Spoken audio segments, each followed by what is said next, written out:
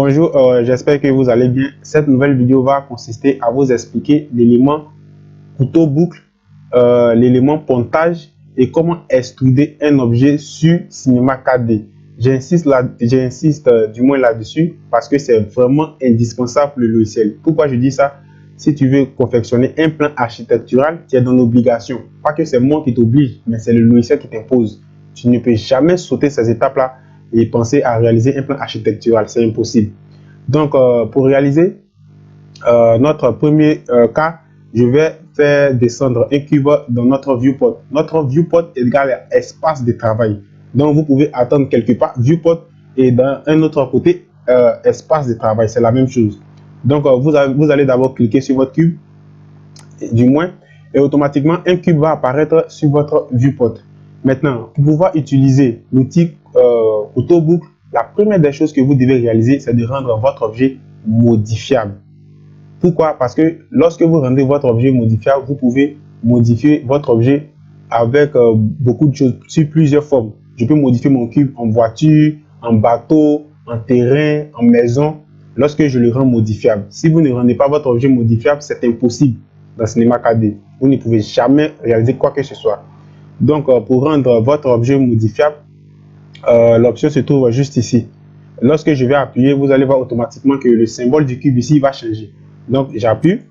Automatiquement, vous allez voir que le symbole du cube ici va changer. Et lorsque le symbole du cube change, cela veut dire du moins que votre objet maintenant peut être modifié.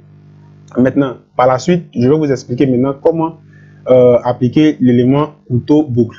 Donc, on va passer en 4 vues. Pour passer en 4 vues, vous appuyez la molette de votre souris ou soit vous venez appuyer ici.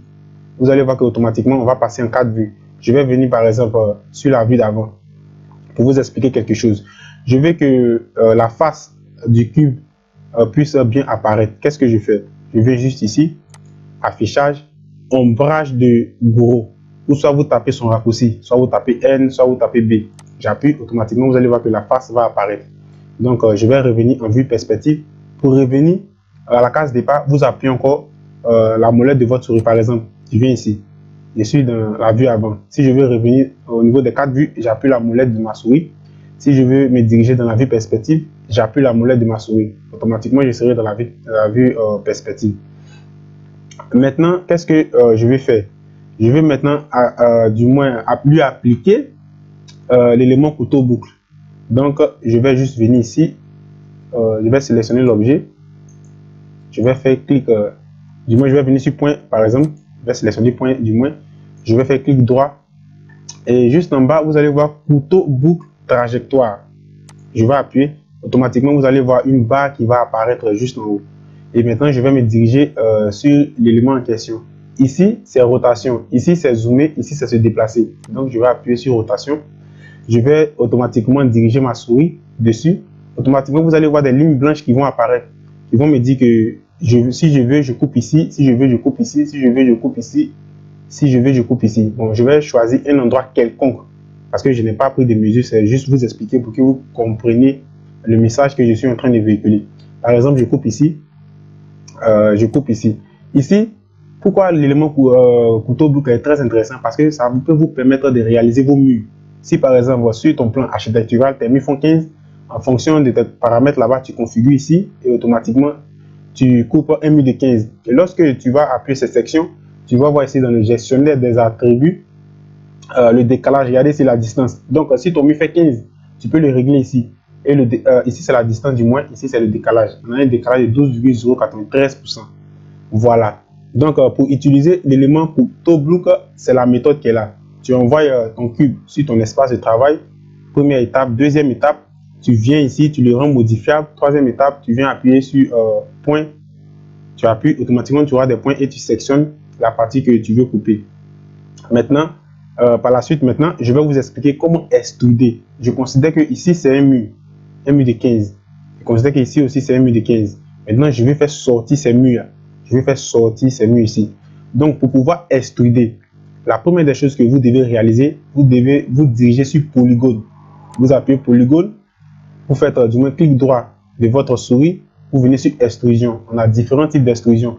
Extrusion interne, extrusion matricielle, uniforme. Nous, ce qui nous intéresse, c'est une extrusion du moins Intel. Et pas Intel, du moins extrusion simple. Ici, on ne s'intéresse pas actuellement à ce genre d'extrusion. Donc, je vais appuyer. Et lorsque tu appuies, tu viens sélectionner la partie où tu veux extruder. Et lorsque tu sélectionnes la partie, si tu as bien réalisé l'opération, tu vas voir qu'il aura une couleur un peu jaune sur la partie où tu as sélectionné en utilisant l'outil couteau boucle.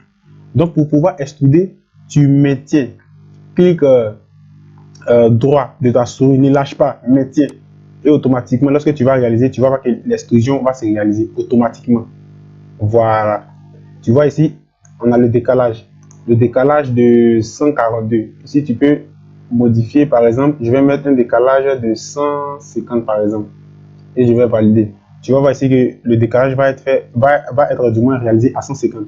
Si je veux modifier, c'est-à-dire pas modifier, du moins extruder cette partie, j'appuie sur polygone, j'appuie, automatiquement vous allez voir la flèche, je maintiens clic droit de ma souris et je pousse.